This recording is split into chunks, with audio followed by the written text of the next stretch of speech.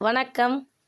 இன்னைக்கு வாமனாவில் அண்ணாமலை கர்நாடகாவில் ஐபிஎஸ் அதிகாரியாக இருக்கும்போது அவருடைய கட்டுப்பாட்டின் கீழ் இருந்த போலீஸ் ஸ்டேஷனில் என்னென்ன தவறுகள் நடந்தது, அண்ணாமலை அங்கே இருக்கிற அரசியல்வாதிகளுக்கு என்ன மாதிரியெல்லாம் கூலக்கும்பிடு போட்டார், அரசியல்வாதிகளோட வீட்டு வாசலில் எப்படிலாம் தேவடு காத்தார், தன்னுடைய தன்மானத்தையும் தன்னுடைய சுயமரியாதையையும் இழந்து எப்படிலாம் கூலக்கும்பிடு போட்டார், எப்படிலாம் தேவடு காத்தார் அப்படிங்கிறத பற்றி தான் இந்த காணொளியில் நாம் பார்க்க போகிறோம்.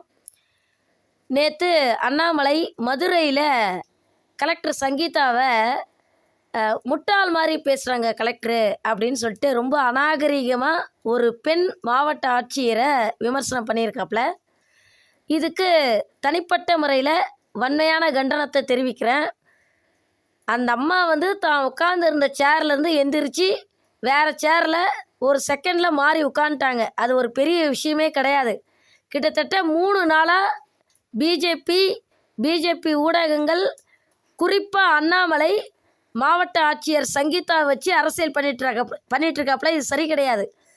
கடைசியில் இப்போ என்ன நடக்க போகுதுன்னா, அண்ணாமலை உமன் ஹராஸ்மெண்ட்டில் உள்ளே போகிறாப்புல.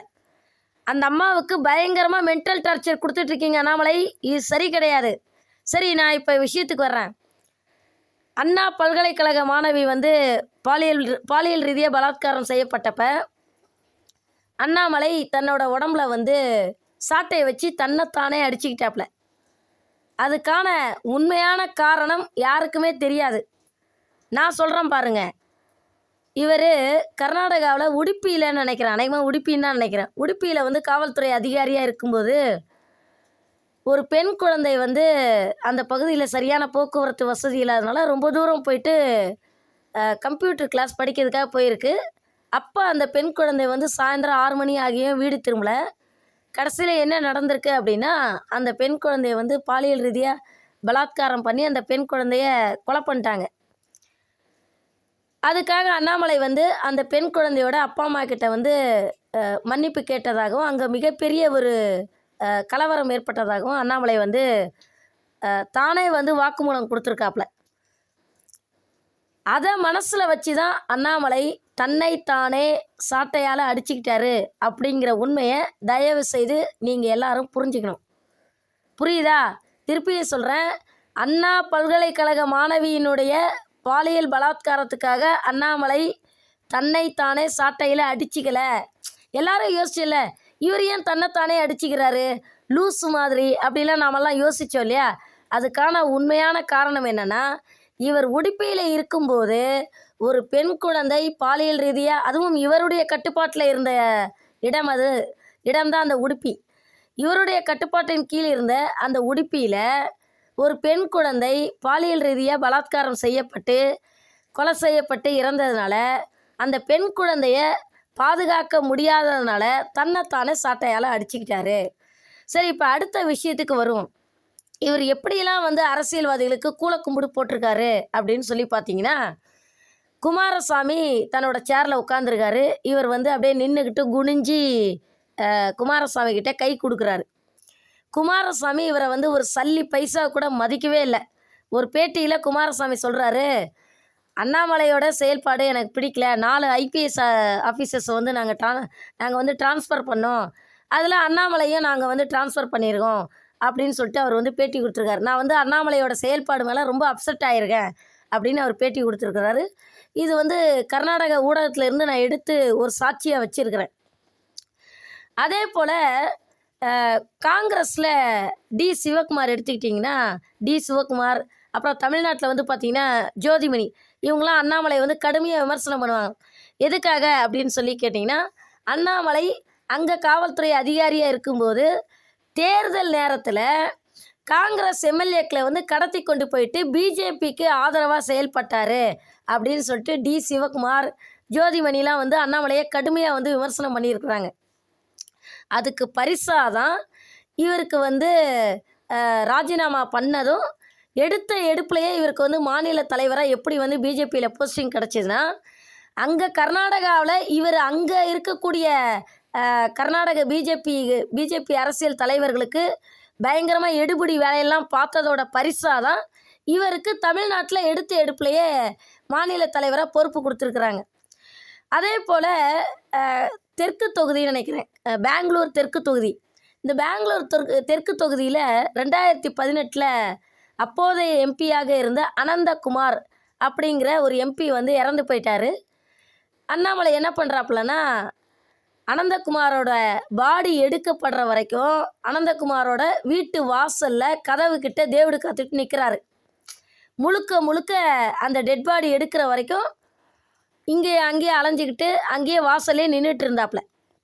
அப்போ அண்ணாமலை வந்து ஒரு அரசியல்வாதியோட வீட்டு வாசலில் தேவடு காக்கலையா, அதுவும் நின்றுக்கிட்டு சாதாரணமாக நின்றுக்கிட்டு நீங்கள் சொல்கிறீங்க இல்லையா, அரசியல்வாதி வந்து உங்களை எந்திரிக்க சொன்னால் எந்திரிக்கக்கூடாது, நீங்கள் கம்பீரமாக நிற்கணும், கம்பீரமாக உட்காரணும், யாருக்காகவும் நீங்கள் வந்து உங்களோட சீட்டை வந்து விட்டு கொடுக்கக்கூடாது அப்படிலாம் பயங்கரமாக வாய் பேசுகிறீங்க இல்லையா. நீங்கள் எதுக்காக அனந்தகுமார் வந்து இறந்து போனப்ப அவர் வீட்டு வாசலில் ராத்திரி பகலாக சாதாரண ஒரு செக்யூரிட்டி மாதிரி தேவடு காத்தீங்க அப்படிங்கிற கேள்வியை நான் இந்த இடத்துல முன்வைக்கிறேன். அதுக்கு பிறகு அனந்தகுமாருக்கு பிறகு அந்த இடத்துல வந்து பார்த்திங்கன்னா அதே தெற்கு தொகுதியில் தற்போதைய எம்பியாக இருக்கக்கூடிய கர்நாடக பிஜேபி எம்பியாக இருக்கக்கூடிய இளம் எம்பியான தேஜஸ்வி சூர்யா வந்து போட்டியிட்டார். தேஜஸ்வி சூர்யா கர்நாடகாவில் எம்பி ஆகிறாரு. அண்ணாமலை கரெக்டாக 2019 மே 29 அன்னைக்கு ராஜினாமா செய்கிறார். இன்றைக்கும் நீங்கள் பாருங்கள், கர்நாடக இளம் எம்பி தேஜஸ்வி சூர்யாவும் அண்ணாமலையும் ரொம்ப க்ளோஸ் ஃப்ரெண்ட்ஸாக இருப்பாங்க. அதுக்கு என்ன காரணம்னா, அந்த இடத்தையும் அண்ணாமலை காக்கி சட்டையை போட்டுக்கிட்டு காங்கிரஸ்க்கு அகைன்ஸ்டாகவும் தேஜஸ்வி சூர்யா அதாவது பிஜேபிக்கு ஆதரவாகவும் செயல்பட்டதுனால தான் தேஜஸ்வி சூர்யா இன்னைய வரைக்கும் அண்ணாமலையோட ரொம்ப க்ளோஸாக இருக்கார். சரி, இன்னொரு முக்கியமான விஷயம் என்னென்னா, இவருடைய கட்டுப்பாட்டின் கீழ் வர்ற ஸ்டேஷனில் இருக்கிற போலீஸ்காரங்கள்லாம் அண்ணாமலையை சுத்தமாக மதிக்கவே மாட்டாங்க. சல்லி காசு கூட அண்ணாமலையை மதிக்க மாட்டாங்க. 2019 ஜனவரி 29 அன்னைக்கு இவருடைய கட்டுப்பாட்டின் கீழ் வரக்கூடிய குமாரசாமி ஏதோ ஒன்று வருது, அது சரியாக ஞாபகம் இல்லை, குமாரசாமி லே அவுட் நினைக்கிறேன். குமாரசாமி லே அவுட் அப்படின்ற ஒரு ஸ்டேஷனில் ஏஎஸ்ஐ ரேணுகையா அப்படிங்கிறவர் ஒரு பெண் வந்து கம்ப்ளைண்ட் கொடுக்கறதுக்காக வர்றாங்க. அந்த பெண்ணோட கழுத்தில் கையை பிடிச்சி அழுத்தி அந்த பெண்ணோட கழுத்தை நெரிச்சு தலைமுடியை பிடிச்சி தரன்னு இழுத்து கொண்டு போயிட்டு வெளியில் விட்டு ரோட்டில் வச்சு சர்றம் மாதிரியே அடி கொடுத்துருக்குறாரு இவருடைய கட்டுப்பாட்டின் கீழ் வரக்கூடிய ஏஎஸ்ஐயான ரேணுகையா. இதை மீடியாவில் கேள்வி கேட்குறாங்க. என்ன காரணத்துக்காக ஏஎஸ்ஐ ரேணுகையா வந்து உங்களுடைய கட்டுப்பாட்டின் கீழ் வரக்கூடிய ஸ்டேஷனில் இந்த மாதிரி கம்ப்ளைண்ட் கொடுக்க வந்த ஒரு பெண் பிள்ளைக்கிட்ட வந்து அநாகரிகமாக நடந்துக்கிறாங்க அப்படின்னும் போது அண்ணாமலை வந்து தன்னோட முகத்தில் வழியக்கூடிய வேர்வையை தொடச்சிக்கிட்டு பயந்து பம்மி பேட்டி கொடுக்குறாப்புல. நீங்கள் ஒரு முக்கியமான விஷயத்தை கவனிச்சிருக்கீங்களா? அண்ணாமலை தமிழ்நாட்டில் தான் குரலை உயர்த்தி பேசுவாப்புல, பயங்கர வாய்ஸ் அவுடாலாம் விடுவாப்புல. ஆனால் கர்நாடகா ஸ்டேட்டில் போயிட்டாக்கி அண்ணாமலை வாழை சுருட்டிப்பார். நீங்கள் கூட கேட்கலாம், அதுதான் அவர் வந்து ராஜினாமா பண்ணிட்டு வந்துட்டாரேம்மா, இனிமேல் அவர் எதுக்குமா பயப்படணும் அப்படின்னு. இனிமேலும் பாருங்கள், அவர் எதுக்காவது கர்நாடகா ஸ்டேட்டுக்கு வந்து பிரச்சாரத்துக்கு போனார் அப்படின்னா அண்ணாமலை இங்கே கொடுக்குற சவுண்டை அங்கே கொடுக்க மாட்டார். அந்த இடத்துல கர்நாடகாவில் அண்ணாமலை கொஞ்சம் அடக்கி தான் வாசிப்பார். என்ன காரணத்துக்காக அண்ணாமலை கர்நாடகா ஸ்டேட்டில் அடக்கி வாசிக்கிறாரு அப்படின்னு சொல்லி கேட்டிங்கன்னா, அங்கே குமாரசாமி கீழே, எடியூரப்பாவுக்கு கீழே, எல்லாருக்கு கீழே, சித்தராமையாவுக்கு கீழே, எல்லா அரசியல்வாதிகளுக்கு கீழேயும் இவர் வந்து வேலை பார்த்ததுனாலையும் கை நீட்டி சம்பளம் வாங்கின காரணத்தினாலையும் அங்கே வந்து வாழை சுட்டிகிட்டு இருப்பார். ஆனால் இங்கே மாவட்ட ஆட்சியரான சங்கீதா அவர்கள் உதயநிதிக்காக அந்த அம்மா எந்திரிக்கல. உண்மையை சொல்லப்போனால் உதயநிதியும் இன்பநிதியும் உட்கார்ந்துருக்குறாங்க. கலெக்டர் சங்கீதா கூட மொட்டையாக சொல்லிட்டாங்க, ஒரு அமைச்சர் எழுந்து நிற்கும்போது மாவட்ட ஆட்சியர் எழுந்து நிற்கணும் அப்படிங்கிறது புரோட்டோக்கால் அப்படின்னாங்க. அப்போ எல்லாருமே என்ன கேட்குறாங்கன்னா, உதயநிதி உட்கார்ந்து தானே இருக்கிறாரு, அவர் எழுந்து நிற்கவே இல்லை அப்படின்றாங்க. இல்லை நீங்கள் சரியாக கவனிக்கலை. அமைச்சர் மூர்த்தி, வணிக வரித்துறை மற்றும் பத்திரப்பதிவுத்துறை அமைச்சர் மூர்த்தி எழுந்து நிற்கும்போது தான் கலெக்டர் சங்கீதாவும் டக்குன்னு நம்மளுடைய அமைச்சர் வந்து எழுந்து நிற்கிறாரே அப்படின்னு சொல்லிட்டு இந்த அம்மாவும் எழுந்து நிற்கிறாங்க. அவங்க உதயநிதிக்காகவோ இன்பநிதிக்காகவோ அவங்க வந்து சீட்டு கொடுக்கல. அமைச்சர் மூர்த்தி எழுந்து நின்னதும் இந்த அம்மாவும் டக்குன்னு தன்னோட சேரை விட்டு எழுந்து நிற்கிறாங்க. அவங்க மொட்டையாக அமைச்சர் எழுந்து நின்னதுனால நானும் எழுந்து நின்னேன் அப்படின்னு சொல்கிறாங்க. ஆனால் உண்மையிலேயே அண்ணாமலையும் கலெக்டர் சங்கீதாவும் ஒப்பிட்டு பார்க்கும்போது கலெக்டர் சங்கீதா பயங்கரமான ஒரு கண்டிப்பான பெண்மணி. ரொம்ப ஸ்ட்ரிக்ட். அவங்க தனக்கு கீழே இருக்கிற அதிகாரிகளை வந்து கட்டுப்பாட்டில் வச்சுருக்கிறாங்க, தன்னோட கைப்பிடியில் வச்சுருக்கிறாங்க. உதாரணமாக டிஆர்ஓ உட்பட எல்லாருமே ஒரு நாள் மதுரை அலுவலகத்துக்கு வந்து தாமதமாக வந்துட்டாங்க. டிஆர்ஓ உட்பட எல்லாரையுமே வாசலில் நிற்க வச்சுட்டாங்க லேட்டாக வந்த காரணத்துக்காக. அதை வந்து பத்திரிக்கையிலையும் போட்டிருந்தாங்க, எல்லா டிவி சேனலும் வந்து பேட்டியும் எடுத்திருந்தாங்க, எல்லா டிவி சேனல்லையும் காமிச்சிருந்தாங்க. அப்படி இருக்கும்போது தன்னுடைய ஸ்டேஷனில் தனக்கு கீழே இருக்கக்கூடிய போலீஸ்காரங்களை அண்ணாமலையால் கட்டுப்பாட்டில் வச்சிக்கக்கூடிய துப்பு கிடையாது.